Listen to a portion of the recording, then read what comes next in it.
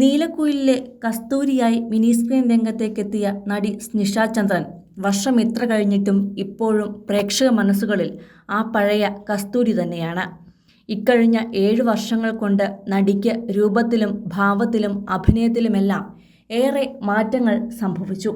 ഇപ്പോഴിതാ സ്നിഷയ്ക്ക് ചേട്ടൻ്റെ ഭാര്യ നൽകിയ ഒരു അപ്രതീക്ഷിത സമ്മാനത്തിൻ്റെ വീഡിയോയാണ് ആരാധകരിലേക്ക് എത്തിയിരിക്കുന്നത്. ഒരാഴ്ച മുമ്പായിരുന്നു നടിയുടെ പിറന്നാൾ. ഷൂട്ടിങ്ങിന്റെ ഭാഗമായി വീട്ടിൽ ഇല്ലാതിരുന്ന നടിയെ തേടിയാണ് നാത്തൂൻ്റെ സർപ്രൈസ് സമ്മാനം എത്തിയത്. ഇന ക്രാഫ്റ്റ്സ് എന്ന ഇൻസ്റ്റഗ്രാം പേജ് വഴി ഒരു സ്യൂട്ട് കേസ് നിറയെ സമ്മാനങ്ങളാണ് സ്നിഷയ്ക്കരികിലേക്ക് നാത്തൂൻ എത്തിച്ചത്. കൂട്ടുകാരനൊപ്പം റെസ്റ്റോറൻറ്റിൽ ഭക്ഷണം കഴിക്കാൻ എത്തിയതായിരുന്നു സ്നിഷ. അപ്പോഴാണ് അപ്രതീക്ഷിതമായി ഈ പിറന്നാൾ സമ്മാനം എത്തിയത്. സ്നിഷയുടെ ഫോട്ടോകൾ ചേർത്തിണക്കിയ ഫോട്ടോ ഫ്രെയിമും പെർഫ്യൂമുകളും മനോഹരമായ ഹെയർ ക്ലിപ്പുകളും ചോക്ലേറ്റ്സും അടക്കം സ്നിഷയ്ക്ക് ഇഷ്ടപ്പെട്ട സാധനങ്ങളെല്ലാം മനോഹരമായി ചേർത്താണ് നാത്തൂൻ ഈ സമ്മാനപ്പെട്ടി ഒരുക്കിയത്. എല്ലാം തുറന്നു നോക്കിയ ശേഷം പ്രിയപ്പെട്ടവരെ വീഡിയോ കോൾ വിളിച്ച് കാണിക്കുന്നതും ആ സന്തോഷം പങ്കുവെക്കുന്നതും വീഡിയോയിൽ കാണാം. കൂട്ടുകാരനൊപ്പം റെസ്റ്റോറൻറ്റിൽ ഭക്ഷണം കഴിക്കാൻ എത്തിയതായിരുന്നു സ്നിഷ. അപ്പോഴാണ് നാത്തൂൻ്റെ പിറന്നാൾ സമ്മാനം എത്തിയത്.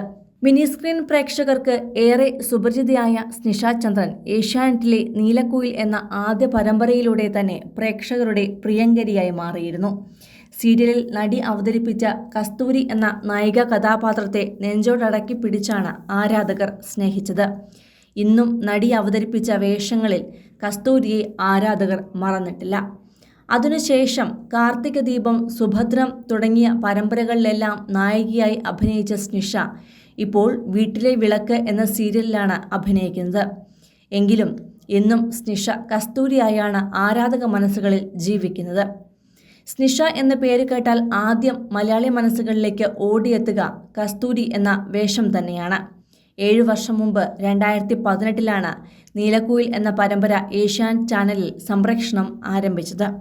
മലപ്പുറം മഞ്ചേരിയിലെ ഒരു നാട്ടിൻപുറത്തുകാരി പെണ്ണാണ് സ്നിഷ. അച്ഛൻ പത്രപ്രവർത്തകനാണ്, അമ്മ വീട്ടമ്മയും. ചേട്ടനും ചേച്ചിയും സ്നിഷയുമടക്കം 3 മക്കൾ അടങ്ങുന്നതാണ് കുടുംബം. ചേച്ചി ബ്യൂട്ടീഷ്യനായും ചേട്ടൻ ചെന്നൈയിലുമാണ് ജോലി ചെയ്യുന്നത്. അടുത്തിടെയാണ് ചേട്ടൻ വിവാഹിതനായത്. മറ്റൊരു ചേട്ടനും സീരിയൽ നടനുമായ പ്രതീഷ് നന്ദൻ വഴിയാണ് നീലക്കുയിലിൻ്റെ ഓഡീഷനെക്കുറിച്ച് സ്നിഷ അറിഞ്ഞത്.